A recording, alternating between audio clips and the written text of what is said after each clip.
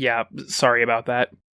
Alright, second verse, same as the first. And by second, I mean fourth, and by first, I mean previous three. Got that? Cool. Let's get it. Oh, and spoiler warning like always. If you shoot an enemy's grenade, it will instantly explode and deal damage to enemies instead of allies. Grendel can also eat these grenades, which has the same effects as shooting them. Sahasaku bros can use dig during entry cutscenes, which can be kinda nice as they often dig up energy orbs. All companions are actually active during these cutscenes, but the Sahasa provides the most obvious benefit. Despite Reactive Storm replacing Desert Wind's impact damage with the best damage type for the enemy's health class, Shattering Impact still works while the augment is equipped. Resources from Deimos are worth double secretions when fed to the Helminth, being 60% instead of 30% if they're at max desirability. When used in Arcwing, Corpus behaves like a giant catch moon, while on land it behaves more like a typical shotgun. On the bright side, Corpus Prime doesn't have this disparity, behaving like catch moon regardless of where it's used. Unlike most sources of energy, the energy well in this room on Lua still grants energy while channeled abilities are active. The Spore Culture resource container has no collision for some reason. In missions that possess weapon type restrictions, Wukong's Celestial Twin will still be equipped with all three weapons, so long as they were all in your loadout. Garuda's Talons aren't considered a proper melee weapon by missions that require them, meaning that melee-only sorties as well as mastery rank tests can't be played with them. They also don't work in missions that restrict you to a weapon type that isn't melee, wherein they disappear entirely. If you use your switch weapon button while on the forward artillery and railjack, you'll swap to a regular turret. Also, as a fun fact, the official name of the forward artillery gun is the Tunguska cannon. Enemies that are knocked down or lifted count towards the bonus damage of Condition Overload and similar mods.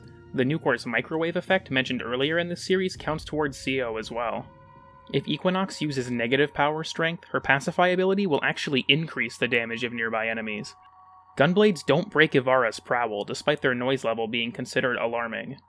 Strangely, the ranger enemies that appear in Corpus Arcwing missions use 4 opticores taped together as their jetpack. They're also fucking massive for some reason. The power donation aura actually applies to necromechs, boosting their ability strength by 30% for each one in the lobby. Enemies on the plains of Eidolon gradually go up in level the further away you are from the Cetus Gate. Some elite crewmates have an ability that allows them to heal nearby allies for 500 HP over 10 seconds upon getting a kill. What makes this interesting is that this ability can heal things you wouldn't expect it to, such as defense objectives, hijack objectives, and even necromechs. On the topic of healing necromechs, the Vizier Predacyte's Iatric Mycelium ability can also heal them, which is kinda nice. Paladino's weekly Riven actually resets 7 days after you purchase a Riven from her, as opposed to the weekly reset that occurs on Sundays. The mods Target Cracker and Split Chamber actually depict the same scene from 2 different angles. If you enable friendly fire in the Simulacrum and then enter your operator form, Umbra will actually attack you.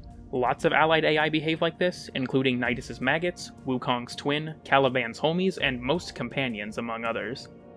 Damage buffs like Roar and Volt's passive can boost the damage of fishing spears, which lets you not have to swap between spear types when fishing on the plains. The Captura free cam can pick up Wisp's reservoir buffs, though they don't do anything. Blind Justice is the only stance in the game to change almost all weapon animations. In particular, it changes the Nakana's animations for blocking, front and back finishers, wall attacks, and even the idle animation. Infested leapers take significantly more damage while leaping, as well as during the leap's windup. You can use Ballistica Prime's passive to scan feral Kavats twice. Scan the Kavat, kill it with a fully charged shot, and then scan the ghost again before it disappears. Even as a ghost, the Kavat can still drop genetic code, which can be helpful if you're trying to get a domesticated one. Magus Lockdown can link to Kuva Clouds, which both stops them and reveals a floating corrupted Lancer head for the duration of the lockdown. If Kuva Jesters jump on you, their attacks make squeaking noises.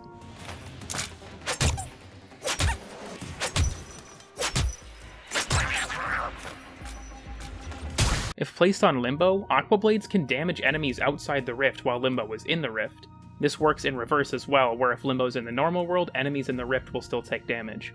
Unlocking a Riven shows a message saying plus XP, despite the fact that Warframe almost always refers to experience points as affinity. You can crouch while in Wukong's Cloudwalker, which can help you get around certain obstacles. The Spirix is apparently used as a multi-tool by the Corpus, as they can be seen using it to repair various machines during certain idle animations. If you aim at a beast companion, it will crouch out of the way of your crosshair. If you're crouch walking, said companion will also crawl around with you. Casting Garuda's Seeking Talons while holding Aim Glide grants you a considerable boost in height. If you continue holding Aim Glide after the ability ends, you'll be considerably less glidey. If you add an item to your wishlist, you can purchase said item while you're in missions or social spaces. Strangely enough, there's also one specific Solaris debt that you can wishlist, but I expect that to get patched. Typically, a Warframe Specter's power strength is simply 100%, or base power strength. However, because Nidus' strength increases as he levels up, his Specter's power strength is accordingly increased to 115%. Their strength doesn't go up as they gain mutation stacks though, which kinda sucks. The ability preview videos for Mesa's Shooting Gallery and Peacemaker take place in the old Corpus ship tileset, which was replaced in the Deadlock Protocol update. Allied MOAs equipped with emotive modules can mirror certain emotes, those being Agree, Disagree, Bow/Deep Bow, and Wave. They'll also dance if the player performs certain Nardas, and these MOA emotes are unique to each emotive module. Is that the fucking default dance? If you lose to the Groostrag 3, any clan emblems you have equipped on your Warframe will automatically turn into the Grineer emblem. This goes away when you craft and claim the bolt release from the foundry. If you ever get stuck in a weird spot or end up outside the map, typing /unstuck in chat will teleport you to a regular position. This one's more for new players, as I imagine most vets have used this command dozens if not hundreds of times. The Vias Prime Diadem and Mask are in opposite equipment slots, as in, the Diadem is in the face accessory slot and the Mask is in the eye accessory slot.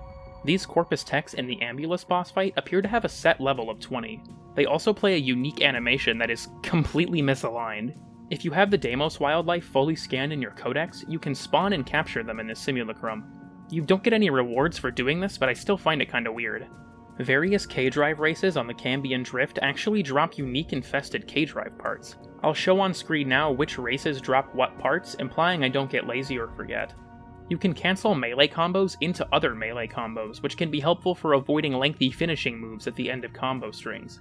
You can also use this to turn Blind Justice into fucking Blender Justice. In addition to their tiny heads, MOA battery packs also count as a weak spot.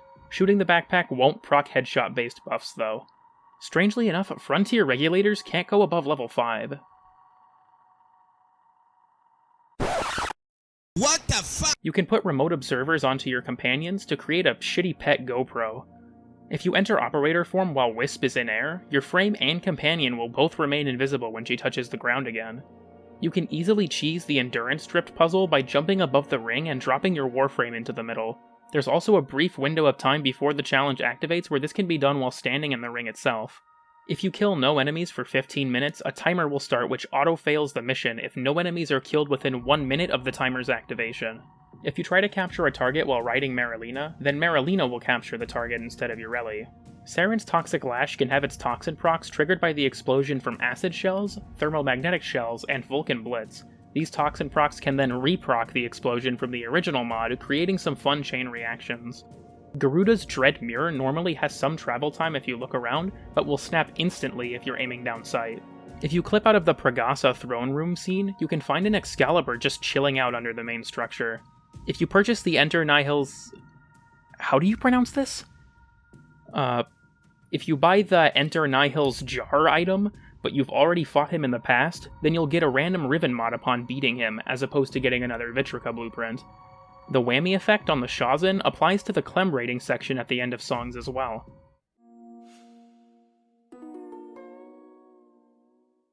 If you climb up the elevator shaft at the start of some Jupiter missions, you'll find a secret room at the top.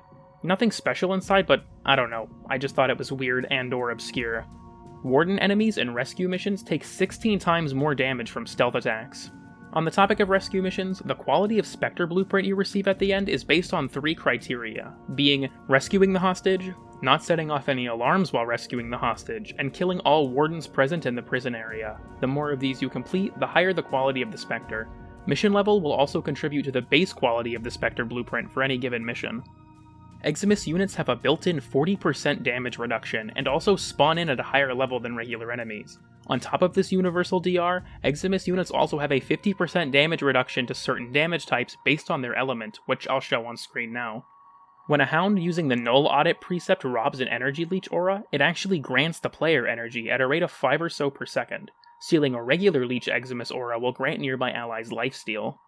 Last thing about Eximus is... Eximi, whatever. Last thing is that the Sensor Regulator Eximus units only have boosted HP and armor, with no special aura or effect. Enemies stuck in Garuda's Blood Altar can be used to farm combo count, which is especially nice now that Prime Talons have baller crit stats. Because so many people have mentioned it before, I also want to point out that Kuva Scythens and Down Bursa and Ambulus units can be used for the farming of the combo count too. I don't doubt that there are more ways, but I really don't want to talk about this anymore. Certain rooms in isolation vaults on Deimos contain secret puzzles, which, when solved, will reveal a door containing a bunch of Entrati containers. Even more interesting, however, are these purple containers, which drop a Captura scene when destroyed. These scenes are pulled from a unique pool, separate from those that Grandmother sells. Ivara's Artemis bow has pinpoint accuracy, meaning that the accuracy debuff from heavy caliber has no effect on it. This is not the case if you use the concentrated arrow augment, however. Because Ocucore's tendrils only reset when the weapon is reloaded, the mod Eject Magazine as well as the Synth mod set bonus can be used to refill the mag without resetting the tendrils. Projectiles from the Exodia Contagion Arcane don't consume stacks of Void Strike, so long as the melee itself doesn't collide with an enemy or object. If Grendel eats a volatile runner with Feast, the runner will still explode in his stomach, which often triggers a stagger. Why though? Relic buffs to Warframe abilities, being plus 100% to range and strength, can actually be prolonged past the normal buff duration. Abilities with durations that haven't ended when the buff expires will obviously retain the effect, but channeled abilities will also maintain the buff so long as they are not dispelled and recast. Wisp's motes will also maintain the buff, and Zaku can massively prolong the buff past its expiry by using the Vast Untime. Helium barrels in the Corpus gas city will clip right through Warframes but can be pushed around by most weapons. Some weapons, however, like beams, throwables, and crossbows, appear to have no effect at all. There is Grineer text on the barrel of the Kuva Zar that, when translated, simply says, "Boom." There are a ton of Easter eggs like this across many factions and languages, but I don't have time to cover them all in this video. You can find the Somachord versions of 3 New War music tracks, being Foreign Armor, Sunkiller, and Hybrid Abominations, in set locations on the post-quest open worlds.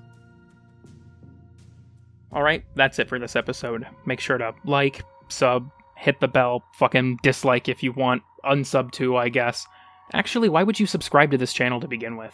Leave suggestions in the comments as always, and I'll try to make the next episode in a more expedient fashion. I've also been streaming every Sunday or so feel free to stop by if you want.